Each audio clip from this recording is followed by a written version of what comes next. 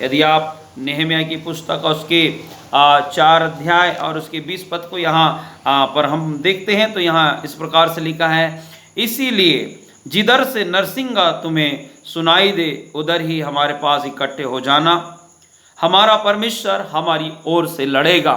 यदि आपके शत्रु आपको परेशान कर रहे हैं और आप कमज़ोर हैं तो मैं आज आपको बताना चाहता हूं, आपको मैं आज उत्साहित करना चाहता हूं। यदि आप मुझे YouTube के माध्यम से सुन रहे हैं तो आप ज़रूर हमारे इस चैनल को सब्सक्राइब करें और इसे दूसरों तक शेयर करें। और मैं आपको उत्साहित करना चाहता हूं मेरे प्रियो, और वो ये है कि परमेश्वर हमारी ओर से लड़ेगा।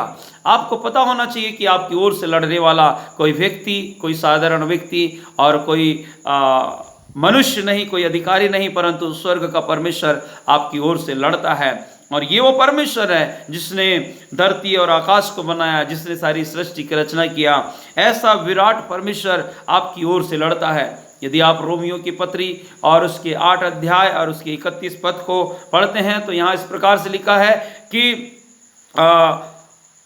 यदि हमारी ओर परमेश्वर है तो हमारा विरोधी कौन होगा। सो मेरे प्रियो, आपकी ओर परमेश्वर है, इसलिए आपको चिंता करने की आवश्यकता नहीं है। आप राजा दाऊद के विषय में आप देख सकते हैं, ये हर बात के लिए परमेश्वर के सामने रोता है, गिड़गिड़ाता है और वो प्रार्थना करता है। और यहाँ पर 8वें पद में ऐसा लिखा है कि हे सब अनर्थकारियों, भजन संहिता 6 और उसके 8 में लिखा है कि हे सब अनर्थकारियों मेरे पास से दूर हो, क्योंकि यहोवा ने मेरे रोने का शब्द सुन लिया है। क्या आपका रोने का शब्द परमेश्वर ने सुना है? क्या कभी आपने परमेश्वर के सामने रोया है?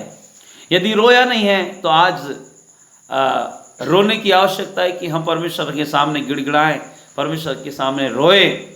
आप अपने औहदे का परिचय ना दे लोगों को, आप किस दर्जे में हैं, किस पद में हैं, आप इसका संदेश आप लोगों को ना दें।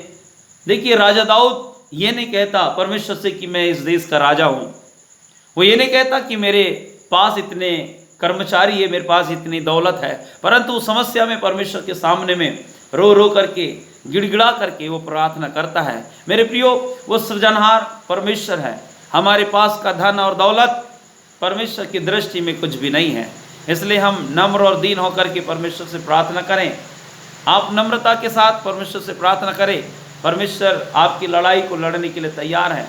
आपका युद्ध परमेश्वर का युद्ध है, आपकी समस्या परमेश्वर की समस्या है।